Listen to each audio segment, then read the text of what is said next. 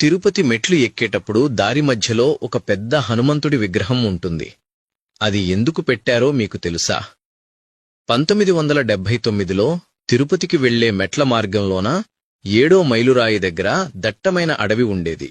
అక్కడ చీకటి అయితే చాలు, జనసంచారం ఏమీ ఉండేది కాదు. ఆ దారిలో వీధి లైట్లు కూడా తక్కువగా ఉండేవి. ఆ ప్రదేశంలోనే ఒక స్త్రీని దారుణంగా హత్య చేశారు అని కూడా చెప్పుకుంటారు.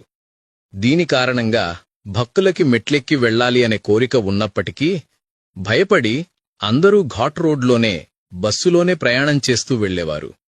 అలా కొన్ని నెలలు గడిచిన తరువాత కాలినడకన వచ్చే భక్తుల సంఖ్య క్రమంగా తగ్గిపోతూ ఉంది. ఇది అంతా గమనించిన టీటీడీ యాజమాన్యం ఎలాగైనా కాలినడకన వచ్చే భక్తుల సంఖ్యను పెంచాలి అని చెప్పి ఆ మార్గ మధ్యలో వీధి లైట్లతో పాటు భక్తులకు ఇబ్బంది కలగకుండా పోలీస్ సిబ్బందిని కూడా ఉంచారు. అయినా కూడా తిరుమలకు వచ్చే భక్తులు చాలా వరకు బస్సులోనే ప్రయాణం చేసి వస్తూ ఉండేవారు. ఇలాంటి సమయంలో టీటీడీ ఎగ్జిక్యూటివ్ ఆఫీసర్గా పనిచేస్తున్న పీవీఆర్కే ప్రసాద్ గారు స్వామివారి దర్శనం కోసం, కాలినడకన వచ్చే భక్తుల గుండెల్లో ధైర్యం నింపడం కోసం సరిగ్గా 7వ మైలురాయి దగ్గర ఆకాశాన్ని తాకుతుందా అని అనిపించేటట్టుగా ఒక హనుమంతుడి విగ్రహాన్ని 1980లో రూపొందించారు.